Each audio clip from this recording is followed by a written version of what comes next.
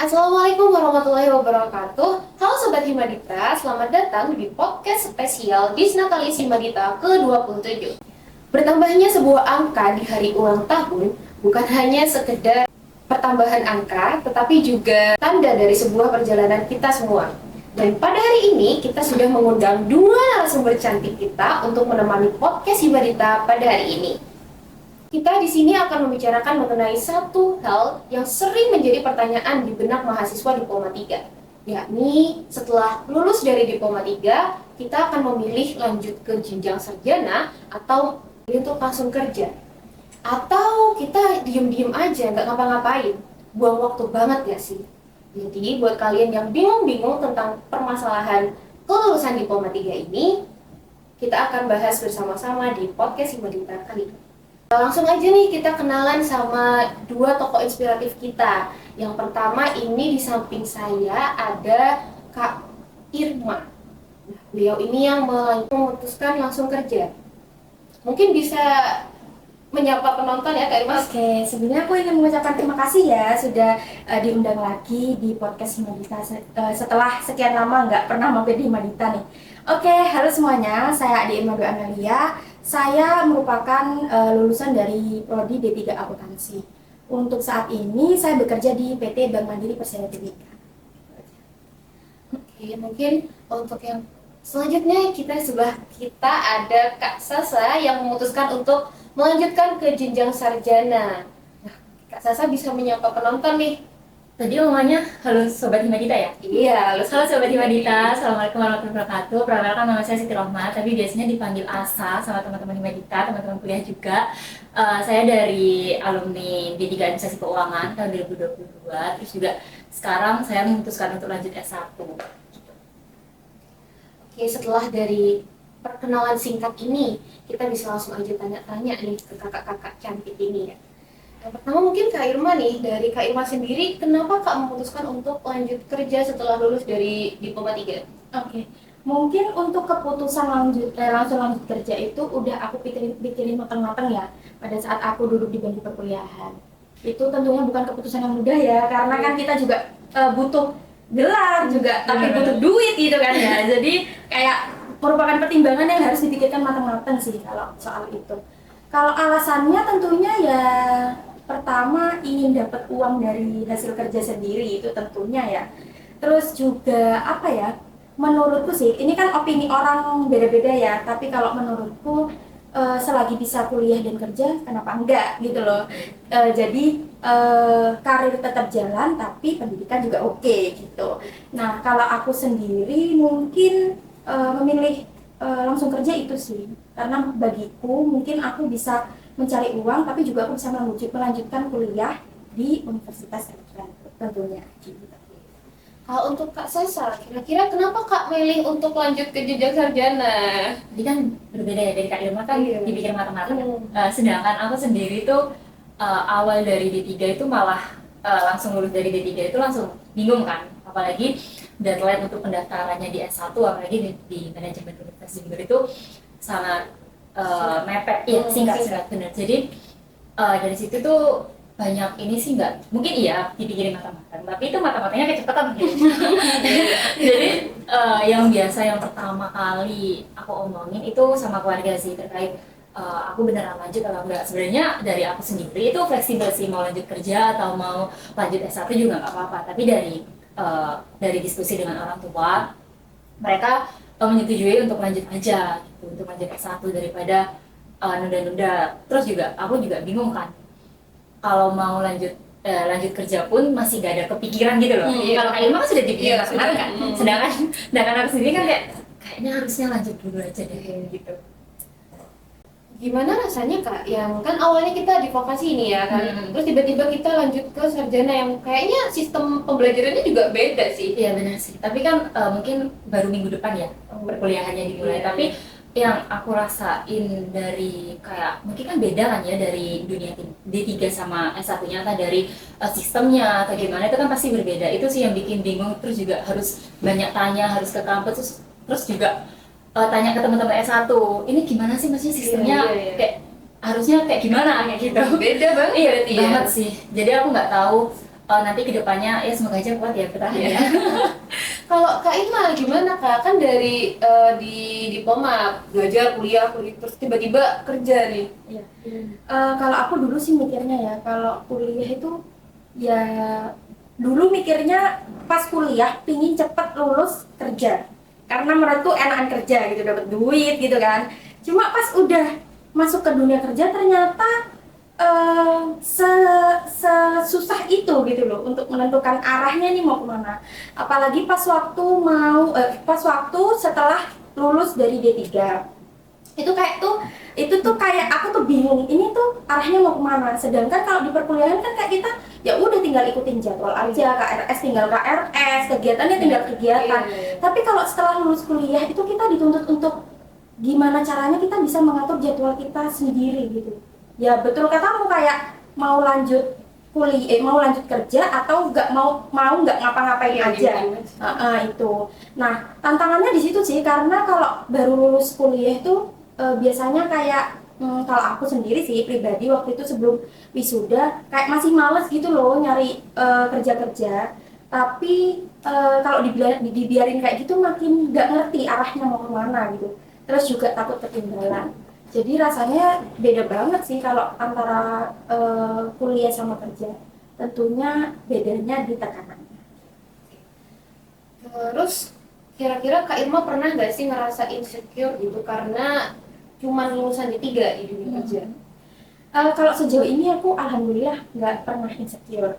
Karena ya apa ya, aku walaupun aku lulusan D3 tapi aku menyiapkan bekal untuk lanjut ke dunia kerja. Jadi nggak yang se-insecure itu sama anak S1 sebenarnya. Itu juga penting sih buat teman-teman yang sekarang lagi duduk di bangku perkuliahan, khususnya D3, yang mau langsung lanjut kerja. Saranku sih ya banyak-banyak memperbanyak relasi tentunya. Terus perbanyak pelatihan soft skill dan hard skill-nya, karena yang dibawa ketika kita lulus tuh bukan cuma gelar aja, tapi keterampilan, dan itu sangat penting di dunia kerja. Oke. Dan lagi rame-ramenya nih diomongin di sosial media mungkin ya, kalau misalkan kuliah lagi itu katanya buang waktu. Terus ada juga yang bilang kalau misalkan kuliah lagi itu investasi gitu ke diri kita sendiri. Kalau menurut Kak Sasa gimana nih? Ngerasanya sendiri gimana? Oke, sebenarnya kalau pendidikan itu nggak ada habisnya nggak sih? Benar-benar pendidikan itu value yang tertinggi kan ya.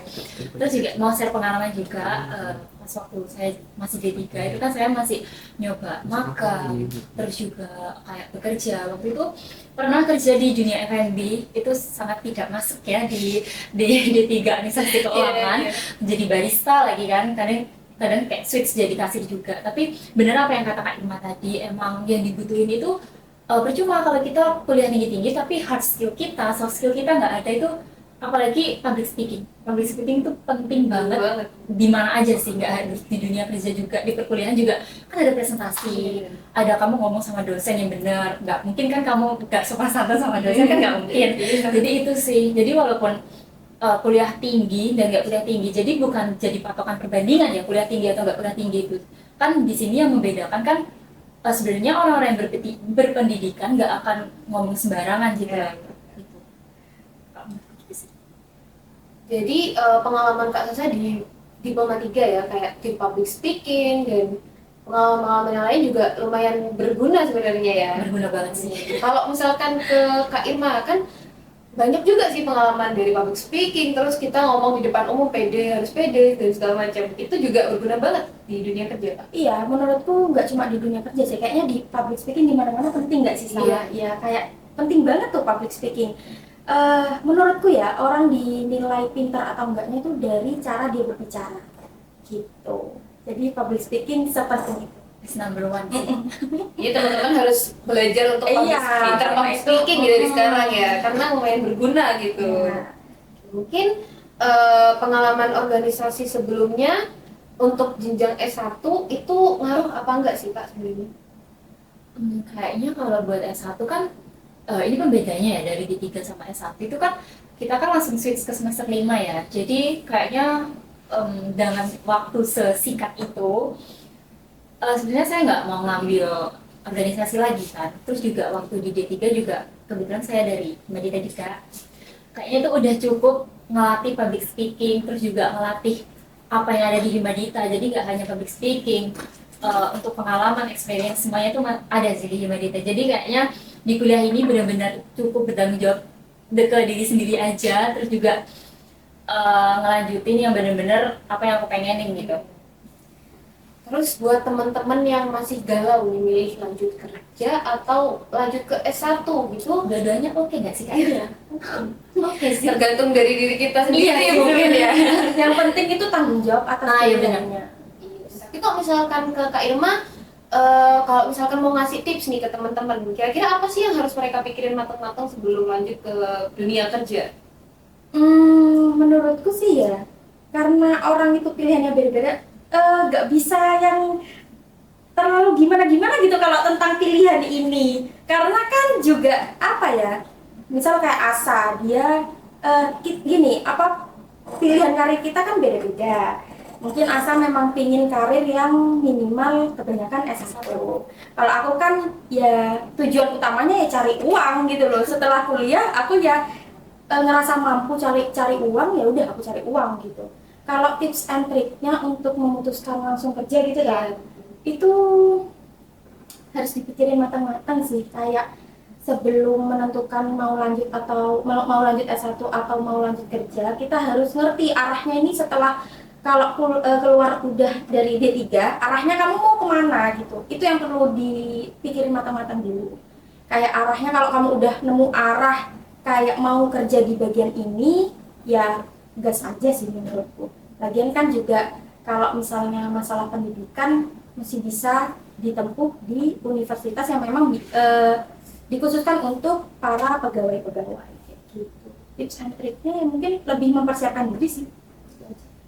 Kayaknya kalau misalkan Kak Sasa ini udah siap sih sebenarnya kelihatannya. Gimana nih Kak tipsnya kalau misalkan kita mau lanjut ke S1, apa sih yang harus kita pikirkan dulu? Berbeda dari Kak Irma tadi ya, kan kalau Kak Irma dipikirin matang-matang, jadi kayaknya bener deh kalau memang mau lanjut kerja ya kayak gitu, kita langsung dari awal tuh, oh kita udah tentuin mau kerja nih, jadi di D3 itu harus benar-benar banyak isi pengalaman, magang, atau kayaknya part time itu juga bisa kan ya.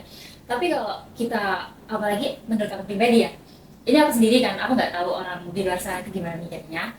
Aku sendiri kan, aku bingung mau kerja apa, kalau mau lulusan D3 gitu kan, soalnya kan kayaknya masih bisa deh kalau mau buat lanjut S1. Jadi yang paling penting menurutku kalau kalian memang mau lanjut S1, itu yang pertama emang dari finansial oke, dari kedua orang tua juga oke mengizinkan.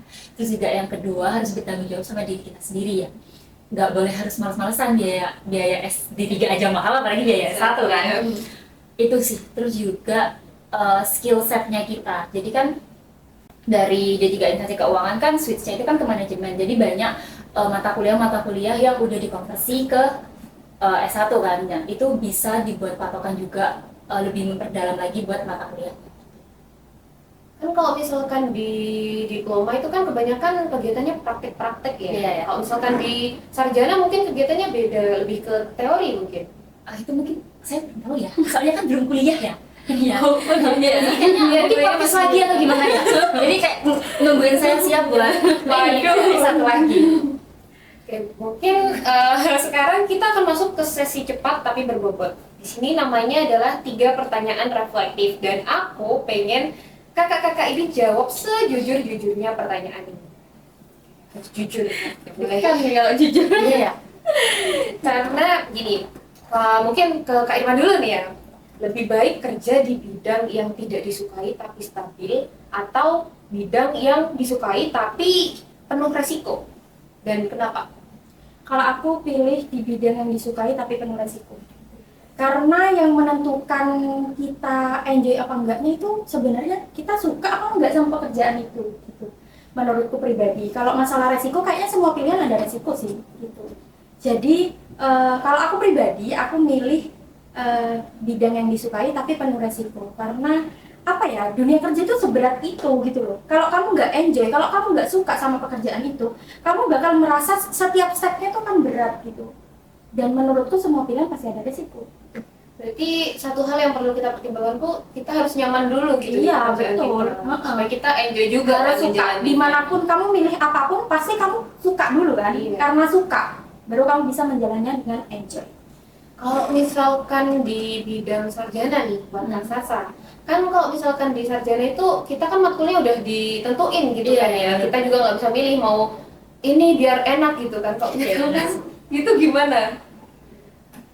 Untuk mata kuliah kan itu kan kalau di FEB sendiri, di UNED sendiri kan itu kan udah ada ini ya, udah ada lisannya dari apa, dari apa biar yang lain.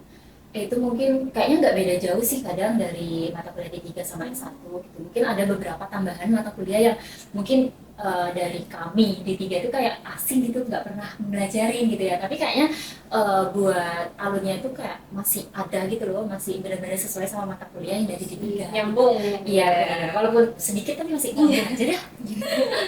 Pernah nggak Kak ngerasa kayak, duh aku nyesel gitu milih sarjana satu. Kenapa aku nggak langsung kerja aja ya? Soalnya kalau dilihat dari aku pribadi ya, kan aku juga pernah kerja, pernah magang dan yang lain gitu. Terus juga aku lebih suka ini aja sih, lebih suka kayaknya lanjut deh daripada nggak ngapa-ngapain juga. Terus juga kalau kerja juga banyak yang aku lamar kan sebenarnya di pekerjaan itu, tapi kayak nggak dipanggil-panggil nih. Terus juga kebanyakan dari yang aku pengen itu kayak minimal S1, terus scroll lagi minimal S1, jadi kayak S1 dulu aja deh gitu. Sekalian gitu Iya, ya. sekalian jadi. aja. Baik, kalau misalkan waktu dan uang itu bukan masalah, kira-kira apa sebenarnya yang pengen kakak-kakak lakuin? Mungkin dari Kak Irma? Kalau aku pribadi ya, kalau waktu dan uang bukan jadi masalah, yang ingin aku lakuin pertama liburan kemanapun yang aku mau. Sama sih. Itu sih yang paling penting karena jujur aku dari SD sampai kuliah pun sampai kerja sekarang pun tuh di Jember aja, nggak pernah yang keluar kota gitu. Jadi ingin merasakan dunia bebas lah ya, kayak jalan-jalan kemana. Kalau misalnya banyak uangnya kan enak gitu. Gak pernah di uangnya. Gak pernah ini main ke rumah teman yang jauh mungkin pas pulang kampung gitu? Pernah sih, cuma kan kalau main kayak gitu kan terbatas waktu ya. Oh iya. Jadi kalau misalnya waktu bukan jadi masalah, ya aku pingin keliling dunia. Liburan seterusnya Iya, aja. enak kan Kalau bisa liburan ya. pindah lagi, Oh, bisa iya. pindah Angkanya lagi. wangi ya. Nah, betul. Kalau Kak Sasa gimana? Ini sih, kalau bisa bangun kos-kosan kali ya. Jadi Oh. kan kayak walaupun kita liburan sama Jalan, sama jalan. Iya, kayak kita bangun kos-kosan, terus juga ya udah tinggal uangnya ngalir aja ke rekening masuk gitu aja sih. Kalau emang waktu sama uang bukan jadi masalah. Iya. Apa keputusan terbesar yang pernah kakak buat selama ini? Keputusan terbesar ini sih apa, kuliah di sini sih. Itu keputusan terbesar itu soalnya mungkin dari dulu kan aku pengennya kan kuliah apalagi aku dari Banyuwangi ya. Kan Jember deket sih dari Banyuwangi. Oh, iya, iya. Maunya tuh kayak kuliah di luar kota, ya minimal Malang, Surabaya gitu. Tapi kayaknya emang nggak dibolehin jauh sih ya dari Banyuwangi ya. Kayaknya Iya. harusnya ada di Jember aja sih, gitu aja sih. Itu terbesar sih. Keputusan paling besar yang pernah dibuat. Iya. Kalau buat Kak Irma mungkin? Keputusan paling besar ya. Iya. Keputusan paling besar memilih untuk langsung bekerja di yang bukan bidang itu. Keputusan terbesar sih, karena kalau memutuskan untuk kerja artinya kan kita harus tanggung jawab dengan apa yang kita pilih gitu kan. Terus kita juga harus bisa ngarahin nih hidup kita mau dibawa kemana. Nah, tambah besar lagi, keputusan tambah besar lagi, aku memilih kerja yang memang bukan linear sama program studiku gitu. Karena kan pilihan itu kan menentukan jalan kita untuk hidup berikutnya ya, ke depannya. Jadi itu sih yang menurutku paling besar selama aku hidup, keputusan. Berarti memang cobaan paling besar pas milih kerjaan yang nggak sesuai sama jurusan kita. Iya, gitu. betul, betul. Artinya kan kalau memang kita nggak ada keterampilan lain, artinya kan kita harus belajar lagi. Iya, belajar dari nol, belajar lagi. Kalau nggak linear dengan program studinya. Untungnya sih bisa ada adaptasi.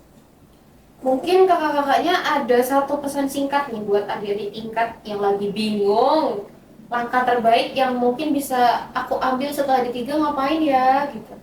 Dari Kak Sasa, Kak Irma ya. Emosi tak Dari dari Kak Sasa deh.